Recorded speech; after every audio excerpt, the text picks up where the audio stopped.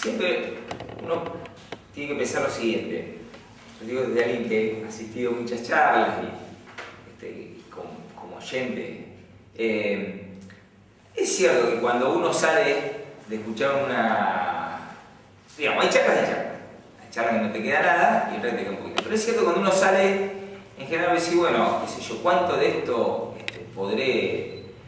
me quedará, ¿no es cierto?, en la cabeza? Pero lo que también muestra la experiencia que de las charlas o clases o conversaciones también que tienen un contenido, hay cosas que quedan en la inteligencia y que uno nunca sabe cuándo después vuelven. Vuelven ya sea cuando uno tiene que discutir algo, cuando tiene que dar una razón, pero sobre todo, que es lo más importante, cuando a veces uno tiene que tomar una decisión y sobre todo en esos momentos que uno se pone a pensar, bueno, ¿qué hago digamos, frente a esta situación o a esta otra? Y aparecen cosas, pucha, che, aquella vez habló de esto, y eso sucede en la práctica y doy fe. Así que, por un lado, digamos, la importancia que tiene el tema de ir formándose, y por el otro, también la importancia del esfuerzo, porque la verdad que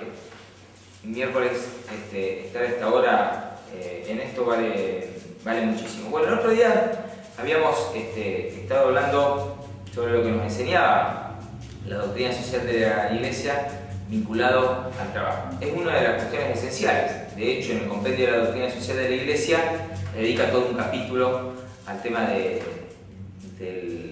trabajo. Habíamos visto que si bien la doctrina social de la Iglesia tiene sentido, primero que no es una ideología la doctrina social de la Iglesia, eso cuando uno agarra el compendio y cuando uno ve las encíclicas de los papas, lo van a aclarar. Muchas veces también es cierto que con el cristianismo a veces se intenta hacer ideología, como con todo, digamos, pero que no son muy buenas las experiencias. Pero sí es cierto que tiene una serie de principios y valores muy fuertes, muy sólidos, y que obviamente que tendrán su raíz en el cristianismo, porque eso es precisamente la doctrina social de la Iglesia.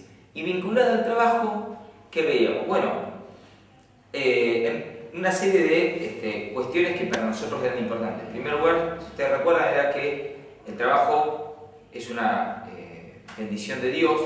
Por supuesto que también es afanoso, pero tiene sobre todo la importancia de poder aportar al bien común, porque aporta, tiene, digamos, que tener la característica de aportar al propio sostenimiento, al de los demás, sea la familia, o sea la ayuda que uno puede dar, pero también, y sobre todo ese aspecto subjetivo que habíamos dicho la otra vez, que señalaba la doctrina social de la Iglesia con respecto al trabajo, que es lo que uno aporta de manera personal. Y que eso, con el correr de los tiempos, cada vez se ve de una manera más clara. Porque capaz que cuando se empezó a ver el tema de que el trabajo tenía como dos facetas, la objetiva y la subjetiva, a fin del siglo pasado, era una cuestión más difícil de ver. ¿Qué es lo de la cuestión objetiva? Bueno, que el trabajo obviamente tiene una relación económica, que hay una producción ahí de bienes, pero la subjetiva es lo personal que hace, digamos, a la dignidad de la propia acción del trabajo algo único. Cuando el trabajo era más mecánico, capaz que esto era más difícil de ver, pero la verdad es que la tendencia de los tiempos es que el trabajo no es tan mecánico como era quizás a fines del siglo XIX, porque la propia capacidad tecnológica ha reemplazado, digamos, ese trabajo mecánico por las máquinas, y el trabajo hoy tiene que ver, obviamente, con lo que uno muchas veces puede aportar de manera subjetiva. Habíamos visto que todo esto surgía de esas inquietudes que fueron surgiendo a fin del siglo XIX, principalmente ante el desafío de que los tiempos cambian y por lo tanto la sociedad cambia, y si bien el mensaje evangélico siempre el mismo, también hay que dar respuesta a las cosas nuevas. Por eso, no sé si se acuerdan que la encíclica, yo les decía, que tuvo una importancia grandísima en la Iglesia, y que la verdad que está muy buena. Vale la pena si alguna la quiere agarrar, porque aparte es una lectura muy amena. que se llama, porque los nombres de las encíclicas están en latín, que era el idioma, digamos, de la iglesia clásica, entonces querían hacerla en latín porque de la manera también está bueno eso, porque es la manera de hacerlo como universal, después cada uno la traduce a su idioma. Y se llamaba Rerum Novarum. Rerum Novarum en latín es de las cosas nuevas. Es una encíclica de 1891. ¿Qué cosas nuevas? Bueno, las cosas nuevas tenían que ver con esa revolución industrial que ya estaba contra, digamos, desarrollar los desafíos que creaba esa revolución industrial, sobre todo los desafíos sociales. Piensen que esa revolución industrial hizo que una gran migración, por ejemplo, de los campos a las ciudades, las fábricas que empiezan a dar oportunidad, digamos, a mucha gente, pero al principio, digamos, se dan todas esas situaciones de explotación, con lo cual también empiezan los conflictos entre los trabajadores y el capital o las empresas. Ante eso surge una respuesta que es la respuesta marxista y socialista, que tiene que ver con una visión sobre todo, digamos, de choque, antagónica entre el trabajo y el capital, y la iglesia que sale a decir, bueno muchachos, esto es una realidad, existe el trabajo, existe el capital, y dice dos grandes cosas. Tiene que haber armonía entre el capital y el trabajo, porque el trabajo sin el capital no existe y viceversa, pero obviamente cuando hay un conflicto hay una escala de valores y entre el trabajador del trabajo y el capital está primero el trabajo. Pero dice las dos cosas, que nosotros siempre lo tenemos que tener en cuenta, porque uno dice, bueno, esto es muy teórico, pero esto tiene también que ver con cómo uno se va a plantear la acción sindical en adelante. Si nosotros vamos a ver a la empresa como un enemigo, o si lo vamos a ver como algo válido, está muy bien que exista, y está muy bien que exista siempre y cuando respete los derechos de los trabajadores. Son dos cuestiones, son dos maneras de pararse. Bueno, este gran aporte es un aporte, digamos, con una raíz obviamente muy cristiana. Por supuesto que bueno, quizás sea charla de la próxima. Esto fue muy bien visto, muchos movimientos, ni hablar, por el general Perón. Y, digamos, y esto yo creo que lo tuvo siempre muy presente. Si algo, digamos, estuvo presente es este tema de, como él decía, digamos, todo en su medida y armoniosamente, digamos, de que haya una armonía entre la cuestión del trabajo y el capital. Pero la verdad es que, si bien Perón lo tradujo al idioma nacional y tuvo esa genialidad, que la tuvo como estadista y como pensador, también es cierto, hay que decir todo, que, digamos, no fue original en el sentido de que supo tomar las cosas buenas que ya también existían. Por eso para nosotros, también como peronistas, es importante saber las raíces en las cuales se metió Perón. Entonces, esto es lo que a Perón lo hizo ver, esta cuestión de la armonía que tiene que haber entre el capital y el trabajo, por supuesto de dándole prioridad al trabajo y al trabajador. Y habíamos visto que habíamos quedado el otro día en un par de cuestiones. Una que era, primero, si había derecho al trabajo. Este tema lo trata, digamos, a ver, y es también una pregunta muy interesante. Digamos, ¿es obligatorio que todo el mundo tenga trabajo en una sociedad? Bueno, moralmente uno tiene que apuntar a los sistemas políticos, económicos y sociales que den masividad en el empleo, que ojalá puedan lograr el pleno empleo. Es una cuestión muy importante para una sociedad. De hecho, digamos, la palabra que utiliza la doctrina social de la Iglesia con respecto a la desocupación es que es una calamidad, digamos, una cuestión, digamos, negativa, y a los efectos de evaluar cómo es una política es un tema importante para tener en cuenta. Lo que también aclara es que la acción que le corresponde al Estado es dar el marco de manera tal de que se pueda dar procesos que generen empleo.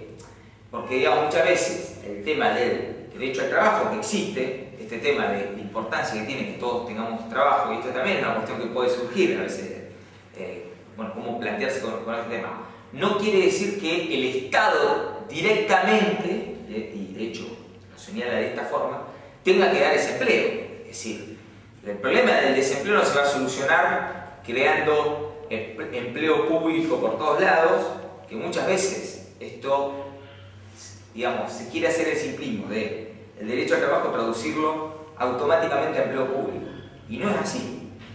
Lo que sí uno tiene que velar, y corresponde cuidar, son los sistemas que permiten que en la sociedad haya o se tienda hacia el pleno empleo, si bien es cierto que uno quizás nunca pueda llegar a un paraíso, digamos, a una sociedad perfecta, pero es una buena medida de evaluar. Y este tema me parece que es interesante aclararlo. Y después entra en un tema que va a tener que ver, que lo toqué el otro día, que tenía que ver, ¿se acuerdan con el tema de la propiedad? Yo les dije, agarré un número que es como que trataba dos grandes temas. El tema, digamos, del trabajo, del trabajador, y dar una respuesta frente al, digamos, el planteo que hacía, digamos, la izquierda, que tenía que ver, digamos, con este conflicto frente al capital, y la Iglesia daba una respuesta diferente a esa, ante la misma cuestión social, y poniéndose, digamos, del lado del trabajador. Entonces, y bueno, y aparece todo este tema de la armonía, digamos, el trabajo y el capital, de todo esto que les hablaba, y los derechos, ahora vamos a ver, de los trabajadores, que ahora lo vamos a ver, y vinculado a estos derechos de los trabajadores, vamos, porque estaba la otra gran cuestión de la encíclica, que era la propiedad.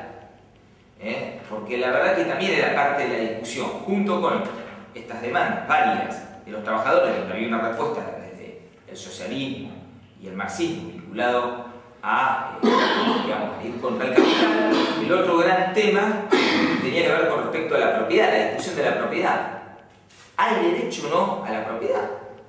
Era, digamos, cuando surge esta discusión, y de hecho fue una discusión que marcó todo el siglo XX. De hecho, la Guerra Fría tuvo que ver en última instancia con, en parte, digamos, con esta pregunta. El bloque soviético que la negaba y el bloque occidental que la aceptaba. Y la Iglesia está en la postura de aceptar la propiedad. Pero hay un tema muy interesante con respecto a la propiedad, que la reconoce como un derecho, pero que a mí me encanta, y que yo, tengo que ser sincero, lo vi por dos lados. Esto. Lo vi en un autor del liberalismo clásico, que es John Locke, y lo vi en León XIII, en la Reunión Humana. Para mí fueron los dos que lo han expresado de manera más clara. Un tema que a mí, por lo menos a mí, digamos, me encanta. Ellos que dicen, los dos, de una manera muy clara, cada uno por su lado, pero esto también muestra que cómo uno puede, por la inteligencia, llegar a las mismas conclusiones. Que la propiedad en el fondo tiene justificación cuando es fruto del trabajo. La justificación dura de la propiedad, entonces este libro, mi compendio de me lo regaló el padre hermano, pero digo, bueno, supongamos que me lo regalaron, me lo compré, ¿no? Con mi esfuerzo, digamos, del trabajo, y esto es mío y es bien mío, y tengo derecho a tenerlo, tengo derecho a protegerlo, por supuesto también después tener de ver si tengo muchos bienes de compartir. Pero digo, pero existe el derecho a la propiedad. Ahora, ¿cómo adquirir, digamos, ese derecho? Porque con el trabajo obtuve riqueza suficiente para aplicarlo en un bien de propiedad. Con lo cual, no solamente es muy interesante para quien le gusta la política analizar este tema, porque, digamos, justificamos con esto de manera real, me parece profunda el tema de la propiedad. Pensemos, si me dejan dar un ejemplo, yo no me acuerdo si se lo di la clase pasada, pero una vez usted capaz que no lo han escuchado, pero para mí es muy gráfico. No es lo mismo, digamos, cuando yo siempre digo que la gran diferencia que hubo entre la campaña, o una de las grandes diferencias entre la campaña del oeste, como se hizo en la Argentina, y la campaña del oeste, como se hizo en Estados Unidos, fue que el pequeño propietario en Estados Unidos que laburaba su tierra, que se hacía propietario de eso, y ese derecho de propiedad era defendido, digamos, de manera muy dura. Ahora, las propiedades son chicas, no existe el tema del latifundio ya. Digamos, hay un derecho de propiedad muy duro. Ahora, acá, por ejemplo, Roca, al cual yo le tengo mucha admiración, yo sé que hoy es políticamente incorrecto decirlo, pero creo que fue un gran estadista, pero sin embargo, digamos, en el tema, digamos, de cómo se hizo el reparto de tierra, toda esa generación fue desastrosa. Vino Roca y entonces tenía, qué sé yo, 50.000 hectáreas porque había ganado a los indios de la campaña, y Y no venía el trabajador, aplicaba sobre la tierra, y es todo un tema. Digamos, vos para tener mucha propiedad al final tenías que ser general y no trabajador. Y, digamos, es un fundamento muy diferente de la propiedad. Entonces, les doy este ejemplo vinculado a la propiedad porque me parece, digamos, bastante gráfico. Pero además, digamos, de esta cuestión que tiene que ver con una discusión política, y hasta qué punto uno puede justificar la propiedad. Entonces, de alguna forma, por ejemplo, los planteos de reforma agraria, si bien yo no creo, digamos, en un planteo infantil, digamos, a veces de izquierda, digamos, de una revolución y repartir todo, porque sí, también es cierto, y hay que decirlo completo, que tuvieron, digamos, su asentamiento fuerte en Brasil, acá no, quizás no tanto en Argentina, pero en muchos lugares, vinculados a este problema, es decir, vos das razones para que haya una revolución cuando la propiedad no es legítima porque no es adquirida por el trabajo. Entonces es muy interesante el tema para analizarlo. Pero lo que nosotros nos respecta a los trabajadores, digamos, y la propiedad, lo que me parece muy importante es que para que haya derecho a la propiedad tiene que haber desde el trabajo un ingreso tal que te permita adquirir la propiedad. Con lo cual también empieza a ser muy importante, también, que me parece que es válido, está muy bien, a los efectos de tener argumentos sólidos por qué uno se mueve como se mueve.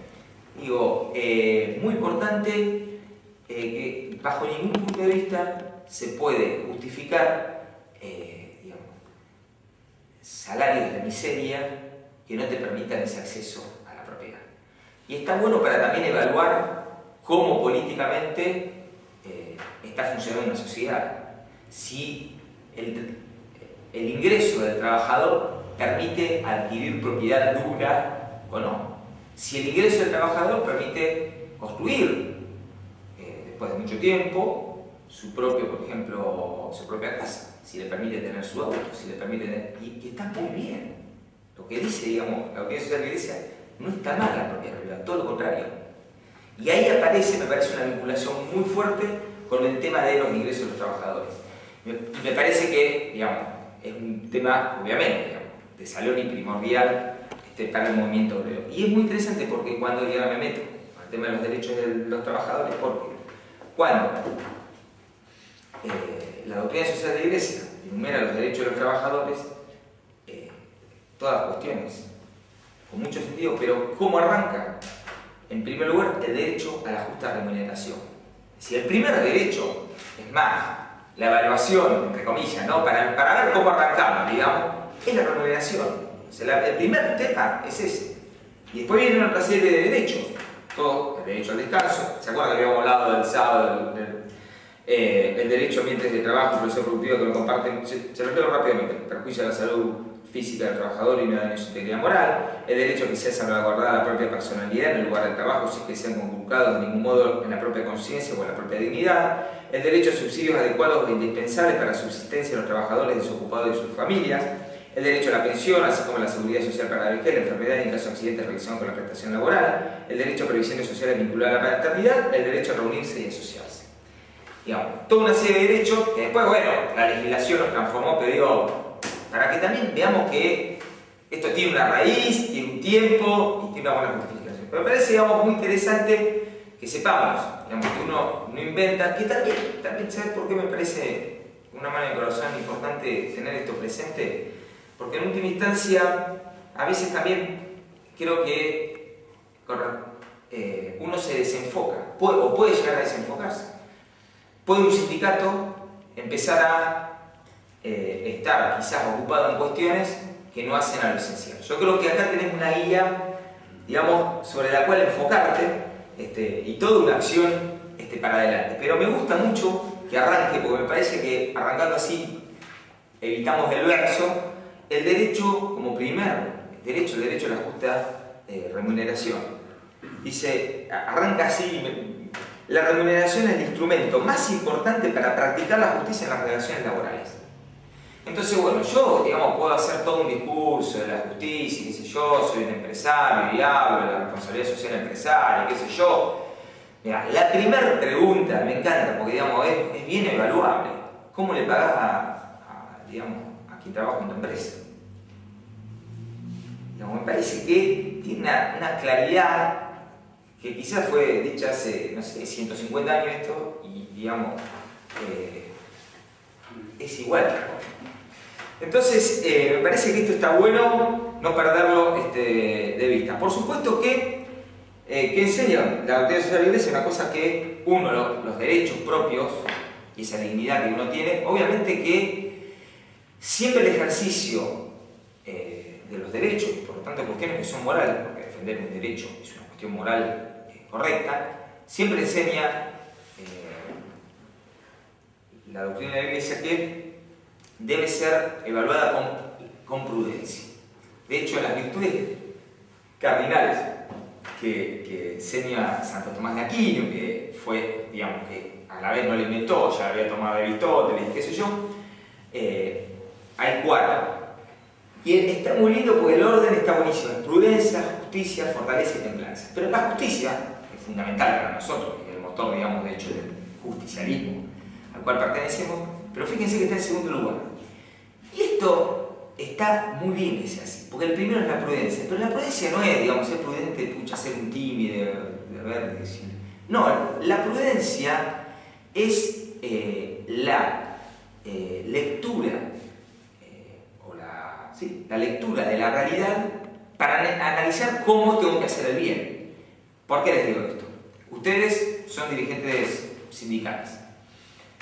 Situación, por ejemplo, como la que vivimos hoy, de crisis, digamos, de inflación, qué sé yo. El otro día lo hablaba con una secretaria general amiga.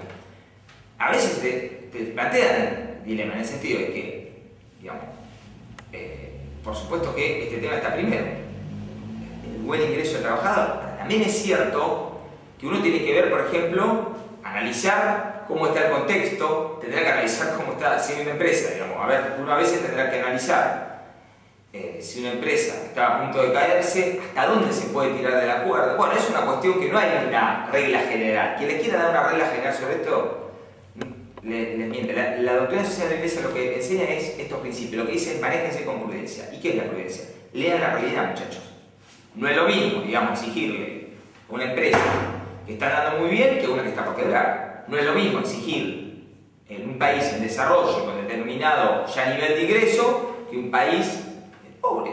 Digamos, no porque uno no puede exigir, sino porque uno está en determinado contexto. Muchachos, los trabajadores de países muy desarrollados del mundo están sindicalizados y tienen representación. Y están peleando niveles mucho más altos de lo que estamos peleando acá. Si ellos vieran en dólares lo que nosotros estamos peleando, dirían, pero esto, ¿por qué no pelean? Y bueno, sí, pero el contexto nuestro todavía es distinto. Y el nuestro es mucho mejor que posiblemente el que estén peleando, no sé, digo, en algunos lugares de África o de Asia. Digamos, bueno, este tema de la provincia a mí me parece muy interesante porque yo sé que a veces a uno le gustaría que te traigan todo, bueno, che, acá está el manual, seguí las instrucciones, pero la iglesia lo que y está muy bueno, la doctrina social de la Iglesia, y lo que tomó también, digamos, eso que a veces no se entiende bien, el pragmatismo del peronismo, tiene que ver con el pragmatismo, obviamente, como todo puede tener regeneración, si vos sos un pragmático para todo, importa todo. Ahora, que vos tengas principio no quiere decir que vos no veas también la realidad. Entonces esto me parece muy interesante a los efectos de lo que va enseñando la doctrina social de la Iglesia, por eso esta compatibilización con la prudencia en cuanto a la realidad, el bien común y analizar estas cuestiones. Una cosita para agregar. Cuando vos nombrás los derechos de los trabajadores de la encíclica Rerum Novarum de 1893, no me acuerdo exactamente, pero son los mismos principios, no sé si es el mismo orden que se aplica después en la Constitución Justicialista de 1949, en el capítulo de los derechos de los trabajadores, de la familia y de la sanidad. Es así. Perón, ¿cómo ha tenido en cuenta esto? ¿No? Perón, de hecho la Constitución del 49, lo vamos a ver en la clase que viene, pero fue en el momento quizás de mayor, ¿no?, idilio entre Perón y sobre todo, digamos, lo que se conoce como el pensamiento social católico. Entonces en ese momento sale y lo que vos decís es cierto. Aun cuando igual en esa Constitución Perón hace una cuestión que le dolió mucho a la Iglesia, particular la designación de obispos, que no modificó algo que venía en la Constitución del 53, y ahí arranca también un proceso, digamos, que después se hizo conflictivo. Pero lo que dice Luis es así, digamos, es decir, es tomado de acá. Bueno, si no, yo me voy extendiendo. Y el tema que trata expresamente la doctrina sobre la Iglesia, obviamente el tema de la asociatividad de los trabajadores y del sindicalismo. Por supuesto que lo ve como algo altamente positivo, y habla de la importancia que tienen los sindicatos, la existencia de los sindicatos en la vida de una comunidad, como instrumentos, dice, en primer lugar, de defensa de los derechos de los trabajadores. Vía la colaboración, no el odio, en favor de la, y dice una cosa muy interesante, en favor de la justicia antes que en contra de los demás. Esto tiene que ver con que el sindicalismo planteaba en favor, digamos, del trabajador antes que en contra del capital. ¿Se entiende? Porque tiene que ver con lo que antes habíamos visto. Los considera a los sindicatos como principales promotores de la justicia social.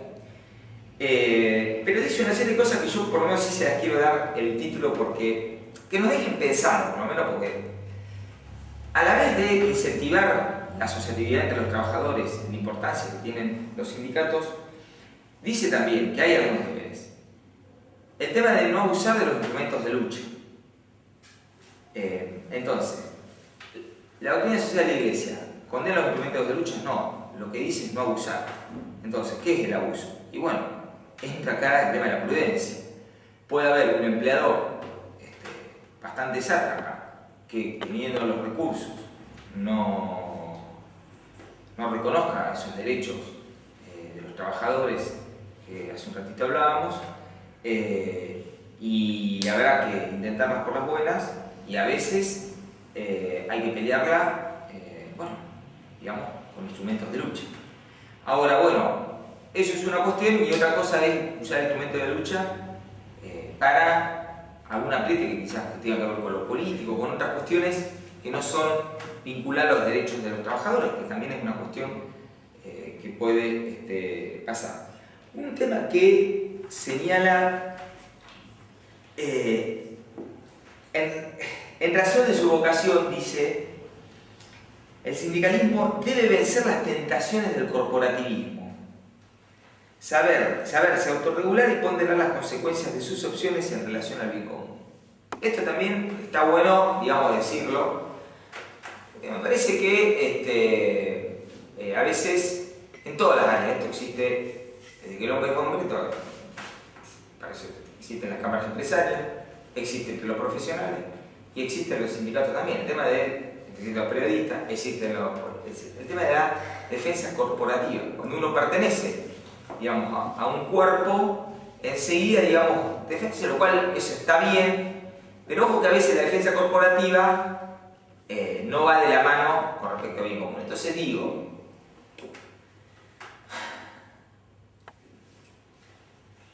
si a veces hay algunas cuestiones que algunos sindicatos pueden estar haciendo mal, no necesariamente estás obligado a salir en defensa del otro sindicato, y porque yo también soy sindicalista.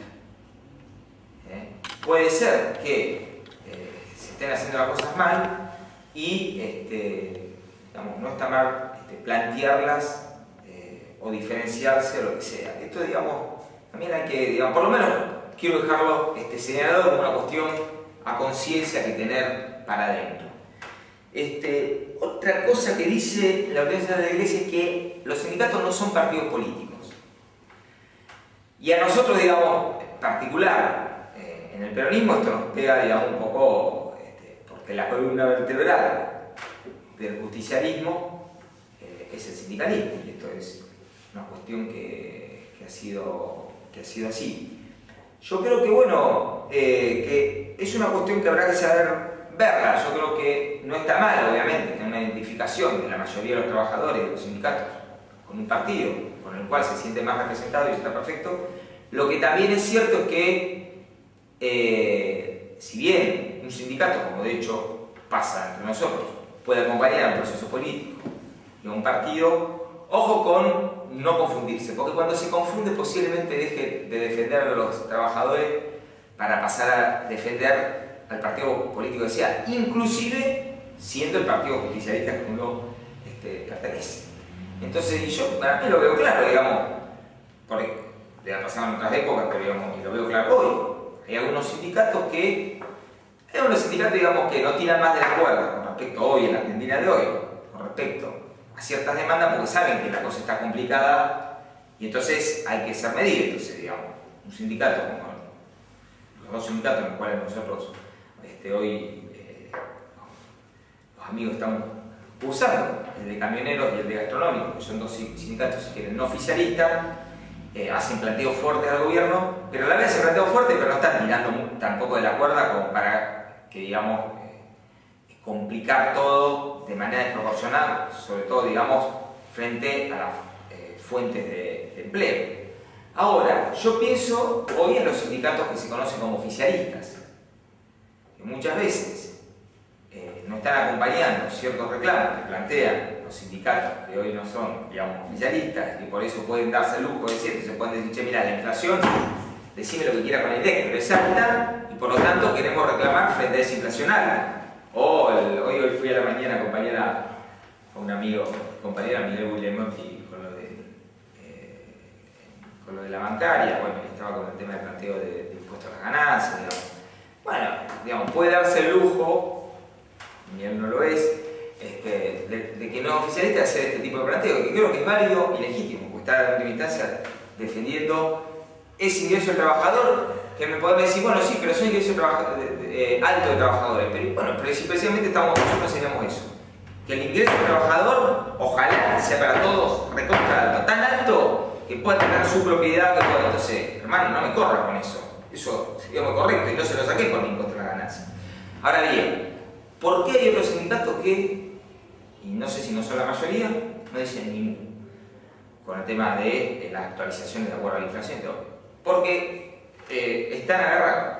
Pasa este tema, digamos, se han confundido con ser parte del partido político. Yo creo que el sindicato está muy bien que tenga una pertenencia, creo que en la Argentina esa pertenencia natural que hay hacia el peronismo, por más que igual conozco muy buenos dirigentes sindicales que no son simplemente del peronismo, pero la verdad que la mayoría lo es y me parece que está bien. Pero también en esto quiero ser sincero, que seamos peronistas no quiere decir que tengamos que estar atrás del partido político.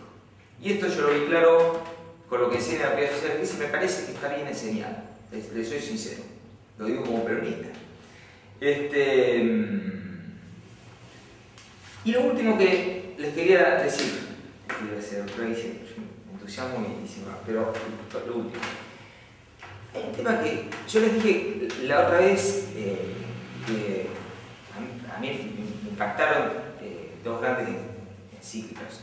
Dios me ha permitido y me ha dado la suerte de poder leer mucho al respecto, y un tema que la verdad que conozco. Pero si me preguntan, digamos, las dos grandes encíclicas que a mí me marcaron fueron Rerum Novarum y la que se publicó a los 100 años de la Rerum Novarum, que fue Centesimus Annus de Juan Pablo II. Y Juan Pablo II dice muchas cosas, yo creo, maravillosas. Aparte me gusta porque es muy al estilo de Rerum Novarum, trata cosas nuevas. Después de un siglo, cuando ya en esa lucha en la cual surgió Rerum Novarum, donde parecía que el socialismo y el marxismo, viste, no tenía, digamos, contrincante, venía con todo, y surge la Rerum Novarum, la verdad que ese marxismo y socialismo se había implosionado, había caído el muro de Berlín, y entonces se habla de las cosas nuevas, y dice una serie de cuestiones muy interesantes, pero por ejemplo habla de, dice, junto al trabajo y al capital aparece el tema del conocimiento, y aparece la importancia que tiene el conocimiento también vinculado al trabajo. Dice, más que nunca ese aspecto subjetivo del trabajo tiene importancia. Y dice, los sindicatos tienen también una tarea nueva, muy importante, que ya no es nada más, digamos, defender esos derechos de los trabajadores, esto que estuvimos hablando, sino también el tema de la formación. Que esto es, digamos, muy bueno porque también de alguna forma interroga al sindicalismo actual en cuanto a avanzar en este sentido y digamos, hacia esas cosas nuevas. También hay esta responsabilidad en cuanto a la formación.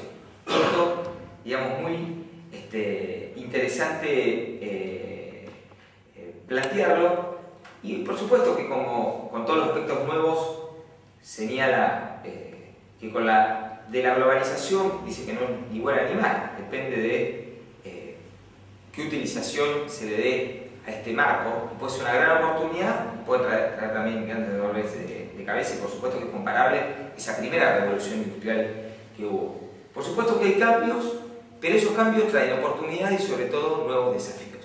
Bueno, me parece que es muy interesante plantear no solamente estas enseñanzas básicas, pero fundamentales, y que si uno sabe estas cuestiones, tiene un pivote para moverse espectacular en el mundo, sobre todo que a ustedes les va a tocar, y que les toca, digamos, que es el tema sindical, y si Dios quiere, la dirigencia sindical. Pero me parece también tener en cuenta que, aparte de lo clásico, ir pensando en las cosas nuevas. En un tiempo nuevo pueden venir nuevos desafíos. Y en este tiempo, donde está esta sociedad tecnológica y del conocimiento, quizás sea muy importante la labor que tengan los sindicatos, no solamente en defender los derechos, sino también en darle una educación para el trabajo, para esta sociedad de conocimiento a los trabajadores. Bueno, concluyo acá este tema del trabajo en la autoridad de la Iglesia, y quedo abierto si tienen ganas y les parece para un ratito de intercambio, porque si no, sigo así.